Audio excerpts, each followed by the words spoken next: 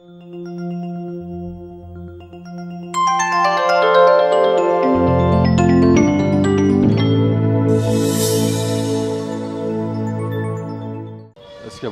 ఏం చేస్తుంటారు? Carpenter. Vote హక్కును వినియోగించుకున్నారు.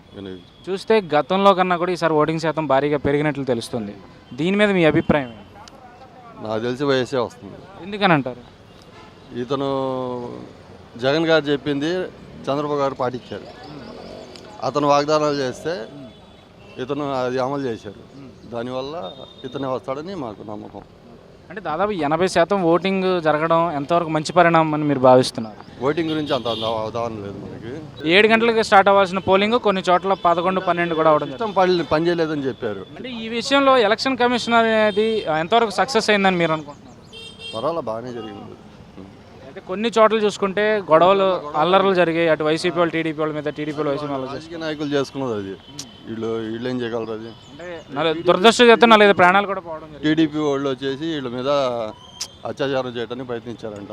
కొన్ని చోట్ల బాంబులు వేసారంట. అంటే ముందు నుంచి కూడా చూస్తే మనం ఈ ఎలక్షన్లో గొడవలు జరుగుతాయని చెప్పి అటు తెలుగుదేశం వాళ్ళు చెప్తూనే ఉన్నారు, అదేవిధంగా వైసీపీ వాళ్ళు చెప్తూ ఉన్నారు. దాన్ని చూస్తే ఇక్కడికి వచ్చేసరికి కూడా వాళ్ళు చెప్పినట్లు జరగడం అనేది మనకు కనిపించింది. దీని మీద మీ అభిప్రాయం? తెలుగుదేశం పార్టీ నాయకులు కుట్ర చేసింది వీళ్ళకి తెలియదు కదా, పోలీస్ కమిషనర్కి తెలియదు కదా. ఆ టైం వరకు వాళ్ళు చాలా వరకు వాళ్ళు కాపాడుకుంటూ వచ్చారు పోలీసు వాళ్ళు. వారి గురించి ఏం లేదు. అయితే వీళ్ళు మేము ఎక్కడ ఓడిపోతామని భయంతో వాళ్ళ మీద దాడి చేయడం తప్పు. వాళ్ళకి. నా పేరు రాజశేఖర్ అన్న. ఏం చేస్తుంటారన్న? నేను ఆటో డ్రైవర్. ఓటు హక్కు వినియోగించుకున్నారా? చేసుకున్నాను. చూస్తే గతంలో కన్నా కూడా ఓటింగ్ శాతం భారీగా పోలేనట్లు తెలుస్తుంది సార్. దాదాపు 80% ఓటింగ్ పోలేనట్లు తెలుస్తుంది. ఇది ఎంతవరకు మంచి పరిణామం అని మీరు అనుకుంటున్నారు? మంచి పరిణామం అంటే మంచి పరిణామం, ఎందుకంటే ఎవరో ఓటు హక్కును వినియోగించుకోవడం చాలా మంచిదన్న. ఇప్పుడు ఈ రోజున మన రూపాయి మనం ఎలా ఖర్చు పెట్టుకుంటున్నాం, ఓటును కూడా అలాగే వినియోగించుకోవడం చాలా పద్ధతి గల.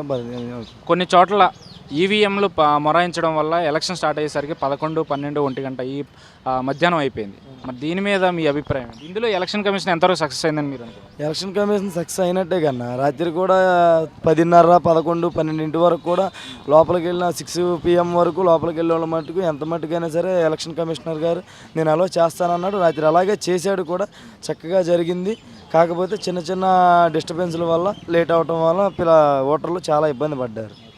అంటే కొన్ని చోట్ల అల్లర్లు జరగడం జరిగింది. అంటే దురదృష్టవశాత్తు 4-5 ప్రాణాలు కూడా పోవడం జరిగింది. అటు టీడీపీ వాళ్ళు అయితేనేమి, వైసీపీ వాళ్ళు అయితేనేమి ఒకరి మీద ఒకరు దాడి చేసుకోవడం జరిగింది. దీని మీద మీ అభిప్రాయం? దాడి చేసుకుంటామంటే ఇలానే అల్లర్లు చేస్తే ఎలక్షన్లు ఆపేయచ్చు. మన ప్రభుత్వాన్ని అధికారులు ఉన్నాం కాబట్టి మన ప్రభుత్వాన్ని మనం నిలదొక్కోవాలని చంద్రబాబు నాయుడు వాళ్ళ స్థానికులు ఎవరైనా సరే ఇప్పుడు అల్లర్లు చేస్తేనే కదా ఏదైనా ఎలక్షన్ అయిపోయేది. మీరు నేను ఇసురుకుంటేనే కదా ఏదైనా అయిపోయేది.